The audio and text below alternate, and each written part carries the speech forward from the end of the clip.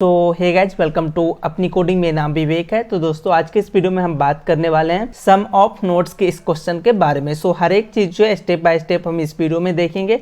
सबसे पहले देखेंगे कि क्वेश्चन क्या कहता है, उसके बाद हमारा अप्रोच क्या होने वाला, और आफ्टर दैट जो है हम अपने जावा कंपाइलर की ओर बढ़ेंगे और वहाँ पे जो है हमारा जो भी कोड होगा सम ऑफ नोड्स के लिए वो हम आपके साथ जो है शेयर करेंगे। स्टेप बाय स्टेप हर चीज़ को हम देखते हैं। उनसे पहले चैनल पे पहली बार आए तो चैनल को सब्सक्राइब कर बेल आइकन को जरूर प्रेस कीजिएगा। साथ ही आप हमें सोशल मीडिया पे फॉलो कर सकते हैं, लिंक इन द डिस्क्रिप्शन। सबसे पहले क्वेश्चन समझते हैं। सम ऑफ नोड्स के अंदर जो है हमें एक बाइनरी ट्री मिलेगा, और बाइनरी ट्री मतलब कि मैक्सिमम जो सब ट्री होगा वो हमारा 2 होगा। किसी भी पेरेंट नोड के लिए जो है हमारा 2 चाइल्ड नोड होगा, उससे मैक्सिमम नहीं हो सकता। वो हमारा जो है बाइनरी ट्री होता है। तो हमारे पास जो है एक बाइनरी ट्री है और वो जो है इंटीजर का है, और आपको यहाँ पे गेट सम नाम का एक फंक्शन है जिसे आपको बनाना है, और ये फंक्शन बेसिकली क्या रिटर्न करेगा, तो जो हमारा बाइनरी ट्री है उन टोटल का सम रिटर्न करेगा। एक एग्जांपल लेते हैं और देन समझते हैं कि क्या कह रहा है ये क्वेश्चन।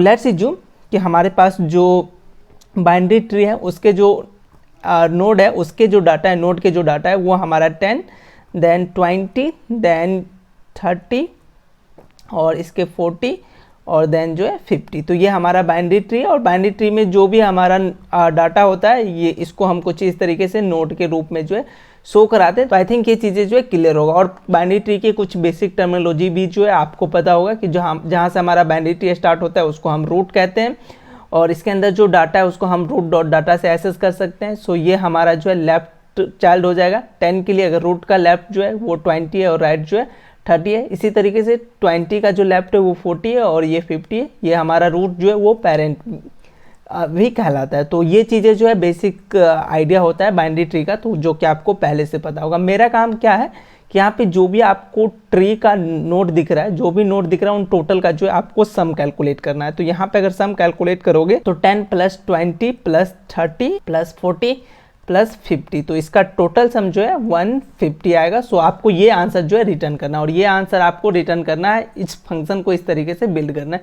तो आई थिंक आपको क्वेश्चन समझ में आ गया होगा कि जो बाइनरी ट्री मिलेगा उसके जो भी नोड के डाटा है उन सारे डाटा को ऐड करना है और उस डाटा को जो है रिटर्न करना है। तो वो चीज़ें जो है हम यहाँ पे करेंगे।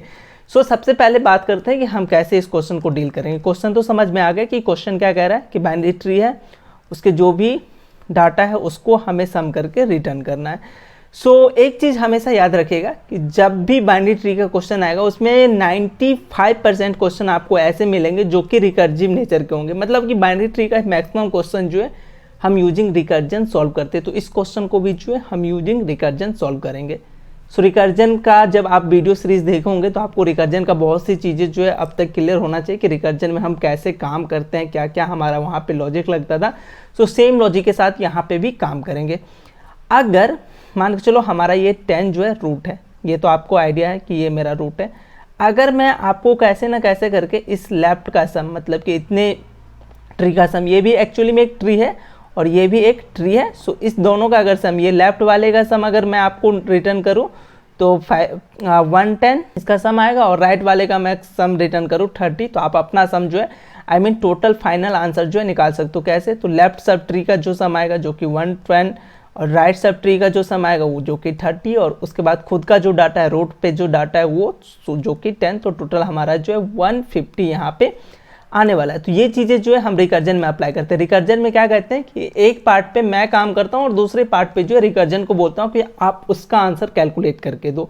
और एक चीज़ मेरा और होता है जो कि होता है बेस केस। तो फिलहाल मैं बेस केस का बात नहीं कर रहा हूँ, मैं बात कर रहा हूँ रिकर्जन का। तो रिकर्जन में मैं क्या बोलूँगा कि रिकर्जन भैया, अगर मुझे आप लेफ्ट सब ट्री का आंसर कैसे ना कैसे कैलकुलेट करके दे दो और राइट सब ट्री का आंसर कैसे ना कैसे कैलकुलेट करके दो। कैसे करेगा अभी नहीं सोचना, जब हम कोड लिखेंगे और ड्राई रन करेंगे देन हमें ये ऑटोमेटिक आइडिया लग जाएगा कि लेफ्ट सब ट्री का आंसर कहाँ से आ रहा है और राइट सब ट्री का आंसर कैसे आ रहा है। तो हम रिकर्जन को बोल रहे हैं कि आप लेफ्ट सब ट्री का आंसर कैलकुलेट करके दो। तो रिकर्जन ने लेफ्ट सब ट्री का आंसर हमें x कैलकुलेट करके दिया। उसी तरीके से रिकर्जन को बोलेंगे कि आप राइट सब ट्री का आंसर कैलकुलेट करके दो, तो रिकर्जन ने हमें राइट सब ट्री का आंसर y कैलकुलेट करके दिया।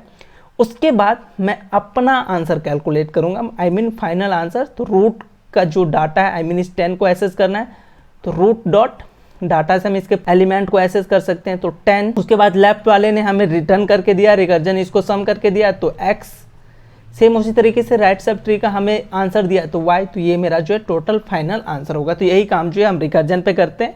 और कुछ चीज़ें और हैं जो कि मैं आपको यहाँ पे बताना चाहता हूँ, जो कि आई थिंक आपको पहले से भी आता होगा। तो अगर ये सब ट्री हमें एसेस करना है अपने इस पूरे ट्री में, तो रूट डॉट लेफ्ट से जो है हम ये सब ट्री एसेस कर सकते हैं। और राइट साइड के सब ट्री को अगर आपको एसेस करना है तो रूट डॉट राइट, अगर रूट डॉट राइट करेंगे तो रूट जो है हमारा ये 30 हो जाएगा, और रूट डॉट लेफ्ट करेंगे तो ये जो है हमारा रूट यहाँ पे लाइक करने लगेगा। तो ये चीज़ें जो है आई थिंक आपको पहले से क्लियर होगा। तो सेम काम जो है हम यहाँ पे यूजिंग रिकर्जन को बोलेंगे रूट डॉट लेफ्ट का जो है आप सम कैलकुलेट करके दो, उसके बाद रूट डॉट राइट का कैलकुलेट करके दो, और देन जो है अपना खुद का ऐड करके रिटर्न करेंगे। तो ये चीज़ें हैं। और बात करें एक चीज़ और होता है हमारा रिकर्जन में, वो होता है बेस केस। तो बेस केस बेसिकली यहाँ पे क्या होगा, क्या अगर हमारा रूट जो है वो नल को लाई करेगा तो उन केसेस में मेरा सम क्या होगा, टोटल सम, तो वो 0 होगा। हमारे पास कोई रूट ही नहीं है, हमारे पास कोई ट्री ही नहीं है, तो ये मेरा जो है बेस केस होगा। तो ये बेसिक सा क्वेश्चन है। आई थिंक अब समझ में आ गया होगा कि हमारा अप्रोच क्या होने वाला है, और उस अप्रोच के अकॉर्डिंग यहाँ पे हम इस क्वेश्चन को सॉल्व करेंगे। सो एक बार मैं वो ट्री भी यहाँ पे ड्रॉ करता हूँ जो कि मैंने देखा था। तो 10 देन 20 देन 30, और देन जो है हमारा इस 20 को 40 लाइक कर रहा है, और यहाँ से जो है 50 लाइक कर रहा है। तो सेम एग्जांपल है जो कि आपको यहाँ पे शो हो रहा है। सेम एग्जांपल के साथ जो है हम आगे कंटिन्यू करेंगे। तो यहाँ पे एक बार जो है कोड स्ट्रक्चर देखते हैं। तो हमें क्या कह रहा है, following is the binary tree class structure. जो हमारा बाइनरी ट्री का क्लास है उस जो पहले से डिफाइंड है उसके अंदर जो है यहाँ पे आप देख सकते हो जो क्लास है बाइनरी ट्री नोड वो हमारा जेनरिक है। सो डाटा जो है यहाँ पे जो हमारा डिफाइंड होगा जब क्लास को जब हम ऑब्जेक्ट बनाएंगे और जो हम डाटा टाइप देंगे तो वो ऑटोमेटिक यहाँ पे होगा। तो एक डाटा हमारा प्रॉपर्टी है, एक लेफ्ट जो कि ट्री नोड है, और एक जो है हमारा राइट ट्री नोड है, और ये जो है उसका कंस्ट्रक्टर है। तो वो चीज़ें जो है आई थिंक आपको क्लियर होगा। तो ये हमें आइडिया दिया, और हमें गेट सम नाम का ये फंक्शन है जिसे हमें बनाना है, जिसमें हमें रूट मिलेगा। हमारा जो 10 है वो हमें मिलेगा। तो सबसे पहला काम हमें क्या करना है, सबसे पहले हम रिकर्जन लिखते हैं। तो हमारा सबसे पहला काम होता है कि बेस केस को लिखना। यहाँ पे जो है हमारा बेस केस होगा, लेकिन बेस केस मैं बाद में बात करूँगा। उनसे पहले मैं बात करना चाहता हूँ जो हमें रिकर्जन आंसर कैलकुलेट करके देगा उसके बारे में। तो मैंने क्या बोला था कि रिकर्जन मुझे किसी न किसी तरीके से अगर लेफ्ट सब ट्री ये जो हमारा ये वाला पार्ट है, अगर इसका आंसर हमें रिकर्जन कैसे कैलकुलेट करके दे, और उसी तरीके से इसका इस आंसर कैसे न कैसे कैलकुलेट करके दे, तो हम अपना आंसर कैलकुलेट कर सकते हैं। तो इसका आंसर कैसे रिकर्जन कैलकुलेट करेगा, तो रिकर्जन में मैं क्या करता हूँ, सेम फंक्शन को कॉल करता हूँ। तो यहाँ पे मेरे पास जो फंक्शन है वो गेट सम है, इसको कॉल करूँगा गेट सम को विद न्यू वैल्यू। जो हमारा न्यू वैल्यू है उसमें हमें और ये वाला लेफ्ट वाला का सबसे पहले हमें आंसर कैलकुलेट करना है। तो लेफ्ट का ट्री इस 20, 40 और 50 को देना है। तो हम लेफ्ट वाले सब ट्री को कैसे एक्सेस कर सकते हैं, तो रूट डॉट लेफ्ट से जो है हम लेफ्ट वाले सब ट्री को एक्सेस कर सकते हैं। तो ये जो है हमने लेफ्ट वाले को भेज दिया, 20, 40, 50 वाले को हमने भेजा।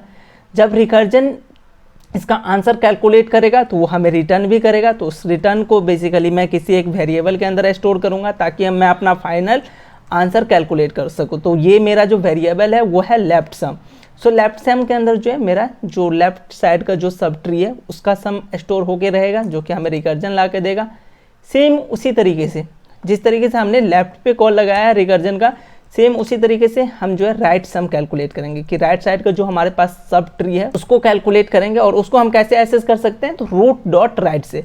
अगर लेफ्ट सब ट्री को हमें एक्सेस करना है तो लेफ्ट यूज करेंगे, और राइट सब ट्री को करना है तो रूट डॉट राइट करेंगे। तो रूट डॉट राइट अगर यहाँ मैं करूँ तो मेरे को राइट सब ट्री जो भी होगा वो हमारा एक्सेस हो जाएगा। तो ये हमें रिकर्जन इस दोनों का जो है हमें आंसर कैलकुलेट करके दे दिया। 20, 40, 50 का सम जो है हमारा लेफ्ट सब ट्री के अंदर है, और राइट सब ट्री में मेरे पास एक ही नोड है जो कि 30 है। तो वो 30 जो है राइट सम के अंदर है। मैं अपना आंसर कैलकुलेट कर सकता हूँ जो कि मैं आउटपुट के अंदर रखना चाहता हूँ। तो मैं अपना आंसर कैसे कैलकुलेट करूँगा, सबसे पहले लेफ्ट सम को मैंने ऐड कर लिया तो लेफ्ट सम मेरा ऐड हो जाएगा।